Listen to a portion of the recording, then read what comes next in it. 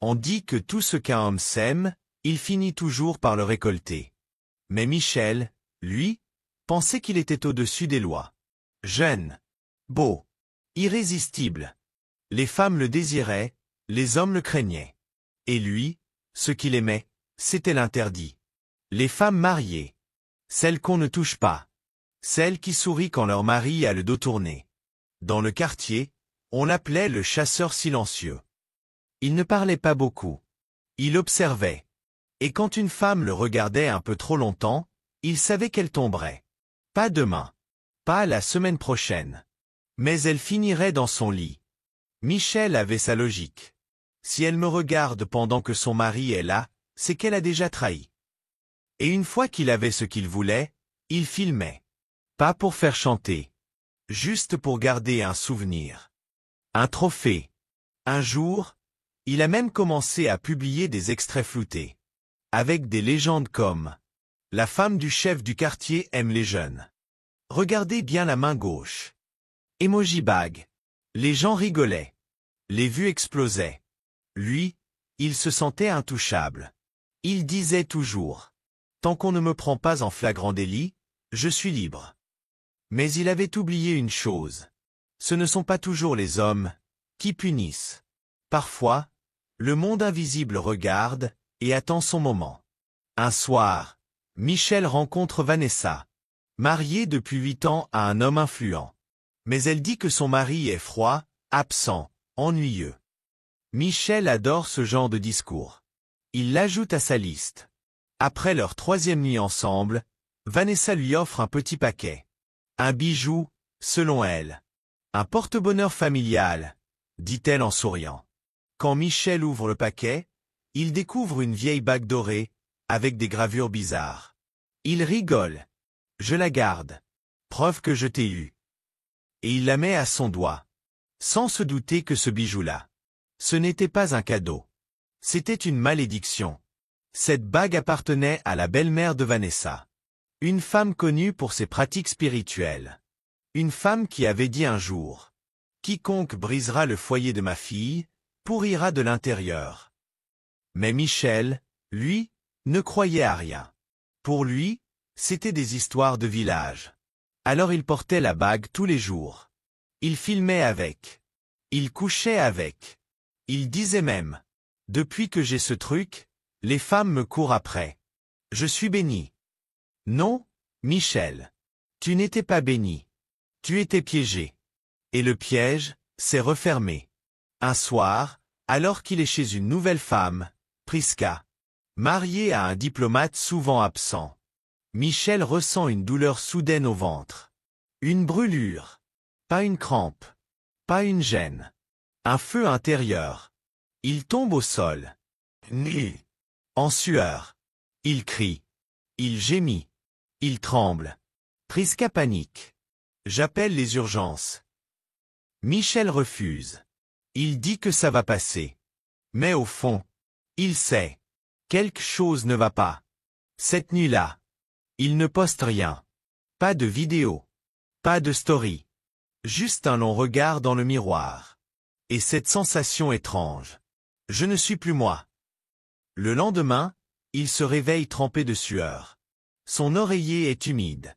Et une odeur bizarre commence à envahir sa chambre. Un mélange de fer, de pourriture et de mort. Les jours passent. Et l'odeur devient insupportable. Même ses proches commencent à s'éloigner. Mais le pire, c'est que l'odeur vient de lui. Michel prend une douche. Il se lave. Il frotte. Rien. Il va à l'hôpital. Les médecins ne comprennent pas. Aucun virus. Aucun poison. Mais son corps commence à se décomposer vivant. Son ventre gonfle. Sa peau change. Des plaies apparaissent. Il n'ose plus sortir. L'homme que tout le monde admirait devient une ombre. Et pendant qu'il souffre, seul. Vanessa, elle, a disparu. Plus de nouvelles. Son numéro n'existe plus. Comme si elle n'avait jamais existé. Michel comprend. Mais trop tard. Il se souvient de la bague. Il essaie de l'enlever. Mais son doigt est gonflé. Noirci. La bague est comme soudée à lui. Pendant des semaines, il pleure. Il crie. Il supplie. Jusqu'au jour où, dans sa pire nuit, alors qu'il sent sa fin venir, il se met à genoux. Et pour la première fois depuis des années, il prie. Une vraie prière. Pas pour séduire. Pas pour impressionner. Mais pour demander pardon. Pour tout. Et c'est dans ce moment-là que la lumière est revenue. Il s'endort. Il se réveille. La bague est tombée au sol. Comme si elle avait fini son travail. Aujourd'hui, Michel vit caché. Il ne sort plus. Mais il témoigne. Il parle dans les églises. Dans les prisons. Il raconte son histoire. Ce que vous appelez plaisir, peut être une porte vers la mort. Mais ce n'est pas la sueur qui l'inquiète. C'est cette brûlure étrange, entre ses jambes. Il court à la salle de bain. Il regarde. À l'œil nu, rien de dramatique. Mais il le sent. Quelque chose ne va pas. Son sexe est rouge. Gonflé. La peau est sensible, agressée. Il pense tout de suite à une irritation. Ou peut-être un savon trop fort. Une allergie passagère? Il applique une pommade. Prend un cachet. Et sort. Comme si de rien n'était. Mais toute la journée, la douleur revient. Par vagues. Ça pique. Ça brûle. Et parfois, ça tire jusqu'au ventre. Le soir, il a un rendez-vous. Une nouvelle femme. Mais quand le moment arrive, impossible. La douleur est trop forte. Trop brutale. Il gémit. Il recule. La femme croit qu'il joue avec elle. Elle le vire. Furieuse. Michel est choqué. C'est la première fois qu'il vit ça. Lui, le chasseur. Le dominateur. Réduit au silence par son propre corps. Il panique. Mais discrètement. Il consulte un médecin, en secret. Il paie en liquide. Il ne veut aucune trace. Les résultats tombent. Pas d'infection. Pas de MST. Rien de grave, dit le médecin. Tout est normal, monsieur. Mais Michel sait. Ce n'est pas normal. Il rentre. Sans bruit. Pas de story. Pas de publication. Juste du silence. Un silence pesant. Un silence que ses abonnés commencent à remarquer. Les jours passent. Pas de nouvelles conquêtes. Pas de vidéos postées. Il essaie de se reposer, de guérir. Mais la douleur s'installe. Elle devient plus intime. Plus profonde. Puis un matin, en scrollant sur son téléphone, il reçoit une notification étrange. Un compte anonyme a publié une série de vidéos. Des extraits floutés, mais reconnaissables. Il clique. Et là, son cœur s'arrête. Ce sont ses propres vidéos. Celles qu'il n'a jamais partagées. Celles qu'il gardait en privé. Des moments intimes avec des femmes mariées. Désormais exposées au monde entier. Il panique. Qui a fait ça? Il pense à ses ex. À un ancien ami jaloux. Mais c'est trop tard. Les vidéos circulent. Les commentaires explosent. On dirait la femme du pharmacien. C'est pas la secrétaire du maire. Regardez bien la bague. Des visages sont reconnus. Des noms circulent. Des couples explosent. Des maris deviennent fous. Certains déposent plainte. D'autres veulent se venger. Michel commence à recevoir des messages. Des appels masqués. Des menaces. Tu vas payer. On sait où tu habites. Prépare-toi. Tu vas souffrir. Et pendant que le monde s'enflamme autour de lui, son corps, lui aussi, s'effondre. La douleur devient insupportable. Son sexe commence à suppurer. Une odeur étrange s'installe. Il essaie de se laver, de désinfecter. Mais rien ne change. Michel ne dit rien. Il a honte. Trop fier. Trop tard. Il s'enferme dans le silence. Jusqu'au jour où son corps le trahit une dernière fois. Hôpital, scène finale. Michel est assis sur un lit d'hôpital. Torse nu. Le visage vide. Un pansement entre les jambes. Le regard perdu. Les médecins parlent entre eux, inquiets. Ils parlent de nécrose. De tissus qui se dégradent sans raison apparente. Un des docteurs dit On dirait que quelque chose le détruit de l'intérieur. Et pourtant, Michel n'a aucune maladie connue. Pas de virus. Pas d'IST. Mais son corps pourri. Vivant. On va faire une biopsie. On vous met sous antibiotiques puissants. Il faut rester en observation. Mais rien ne change. Rien.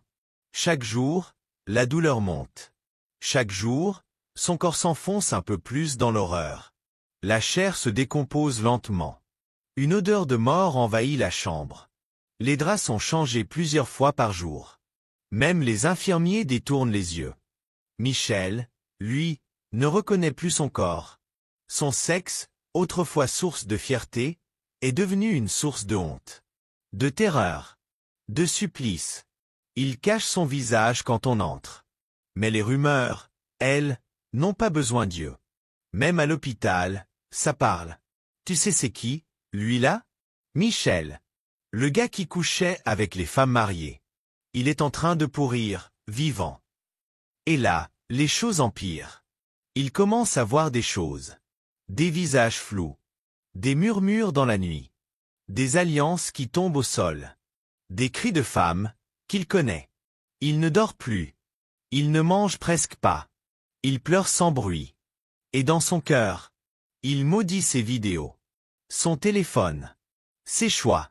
Mais le pire? Les médecins ne comprennent rien. Ce n'est ni viral, ni bactérien. Les résultats ne collent pas. On dirait une attaque auto-immune, mais ça va trop vite. Un jour, un des internes chuchote. Et si c'était autre chose? Quelque chose de spirituel. Michel lève les yeux. Il serre les dents. Arrêtez vos bêtises. Mais au fond, il sait. Il ne veut pas y croire. Mais il sent. Ce n'est pas une maladie. C'est autre chose. Il est transféré dans un petit hôpital de banlieue. Plus discret. Il ment à sa famille. C'est un problème de dos. Rien de grave. Mais dans la chambre 204, c'est une autre réalité. Son sexe est méconnaissable. La peau est noire, molle, ouverte par endroits. Un liquide épais s'en échappe. Et à chaque pansement retiré, un morceau de chair vient avec. Un chirurgien dit tout bas. Si on n'agit pas, il faudra l'amputer. Michel ne réagit pas. Il est déjà parti ailleurs. Entre cauchemars, fièvre et regrets. Il voit des femmes. Il entend des alliances tomber. Il revit chaque trahison. Et puis un jour, une jeune infirmière entre. Douce. Silencieuse. Elle s'appelle Joëlle. Elle s'arrête net en voyant la bague dorée à son doigt. Celle de Vanessa. Monsieur, cette bague, où l'avez-vous eue? Michel ouvre les yeux. Il murmure. C'était un cadeau. Pourquoi? Joëlle s'approche. Son regard est grave. Ma grand-mère en avait une identique. Elle disait que c'était une bague faite à partir d'une prière pour protéger un mariage.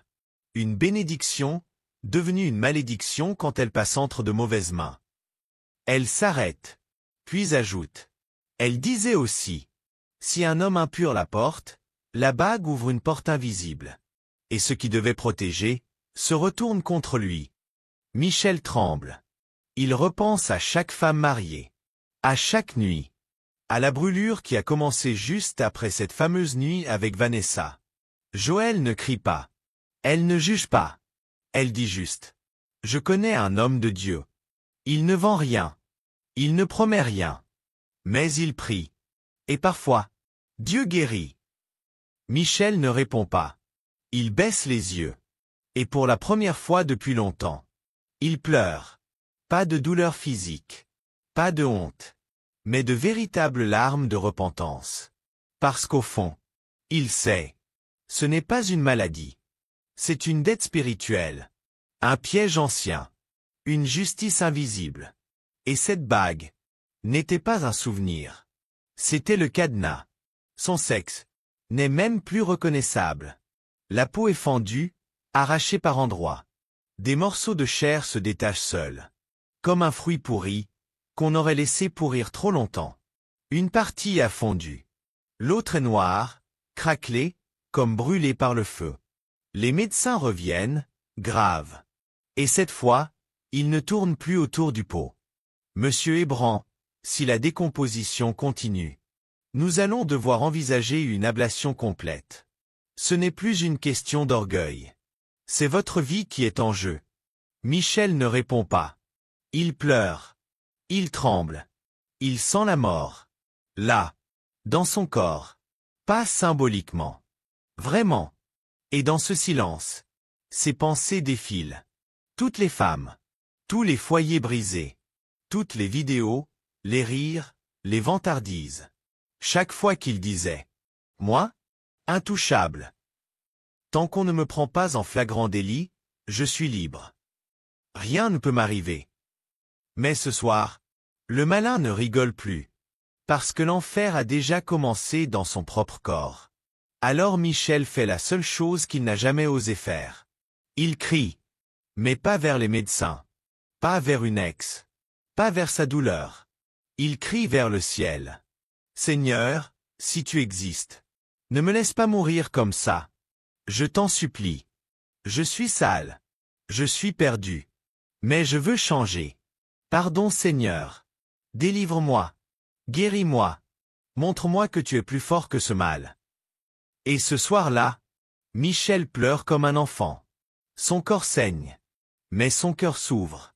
Et dans cette nuit-là, alors qu'il pense ne jamais sortir vivant de cette chambre, Michel sent une chaleur étrange. Pas une brûlure. Non. Une lumière douce, lente. Quelque chose descend sur lui. Il s'endort, en larmes. Mais pour la première fois depuis des semaines, il dort sans hurler. Le lendemain matin, Michel ouvre les yeux. Toujours faible. Toujours douloureux. Mais, différent. Il respire. Il regarde le plafond. Et il murmure. Merci Seigneur, de m'avoir laissé voir un autre jour. Ce matin-là, il ne pense plus à son sexe. Ni à ses followers. Il pense à son âme. Joël, l'infirmière croyante, revient. Et Michel, cette fois, lui dit calmement. Appelle ton pasteur. Je suis prêt. L'après-midi. Un homme entre. Simple. Pas de costume. Pas de promesse. Juste une Bible. Un flacon d'huile. Et un regard plein d'amour. Il s'approche. Il ne le juge pas. Il pose la main sur son épaule. Une voix étrangère sort de sa bouche. Une voix rauque. Une voix qui n'est pas la sienne. Il est à moi. Il a touché ce qui était sacré. Il a volé ce qui ne lui appartenait pas. Un frisson parcourt la salle. Mais personne ne recule. Personne ne fuit. Le pasteur s'approche. Calme. Fermement. Tu as régné assez longtemps dans sa vie. Mais maintenant, c'est fini. Par l'autorité de Jésus-Christ, je te commande de partir. Maintenant. Michel se met à hurler. Un cri long. Un cri qui sort du ventre. Un cri qui déchire. Et soudain, il crache quelque chose. Une masse noire. Collante. Une odeur fétide remplit la salle. Quelque chose qu'aucun médecin ne pourrait expliquer. Le pasteur lève la main. Retirez la bague.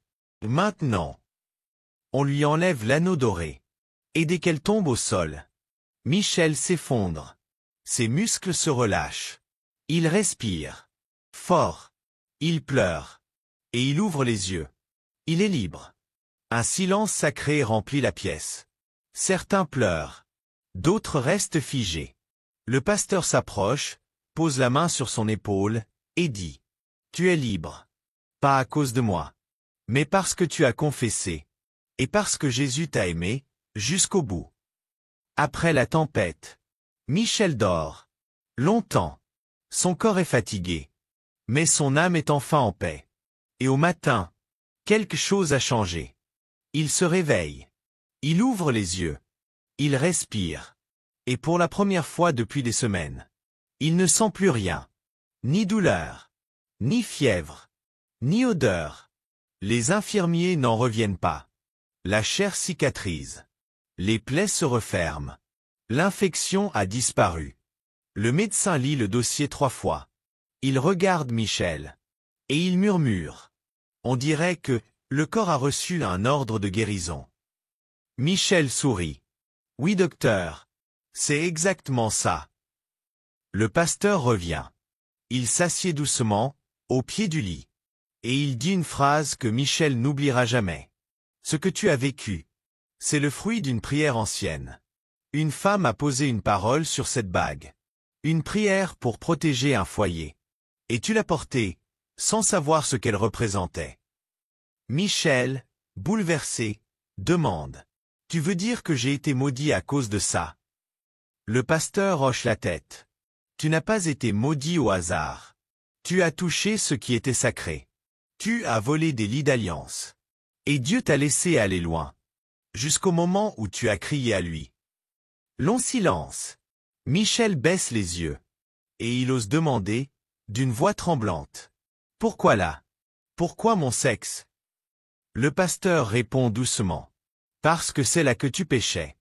Et Dieu voulait que tu ressentes dans ta propre chair la douleur que tu as semée dans les foyers des autres. Pas pour te tuer, mais pour t'éveiller. Michel ferme les yeux. Des larmes coulent. Et il murmure. Je ne toucherai plus jamais ce qui appartient à un autre homme. Le pasteur sourit. Tu es un témoignage vivant, Michel. Et Dieu va se servir de ton histoire pour en sauver d'autres. Le dernier mot. Ce soir-là, dans son carnet, Michel écrit. Mon sexe a pourri, mais mon âme a été restaurée. Je suis tombé très bas, mais la main de Dieu m'a relevé. Je vivrai désormais pour la vérité. 2 mois plus tard, Michel remarche.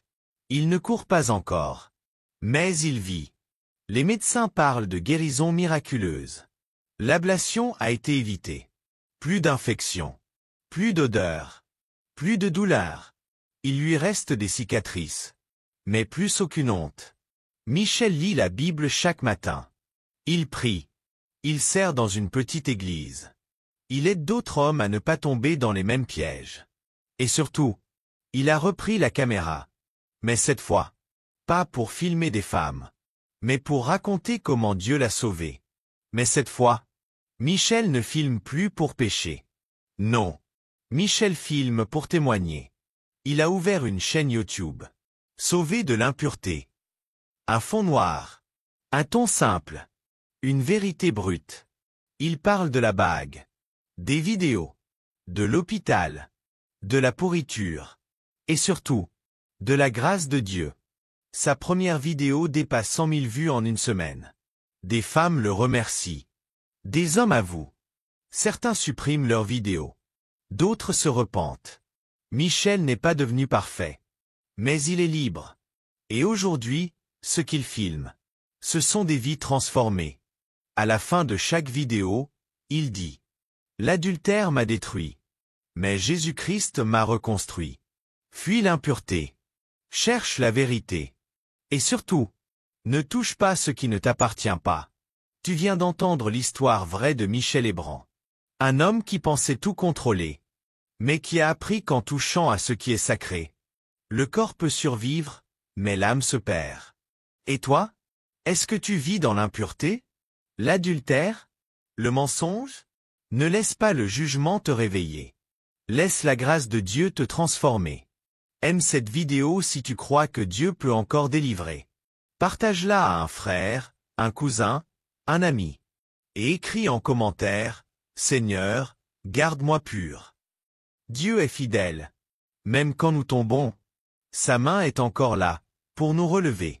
À très bientôt, pour une autre histoire. Et surtout, pour une autre vie transformée.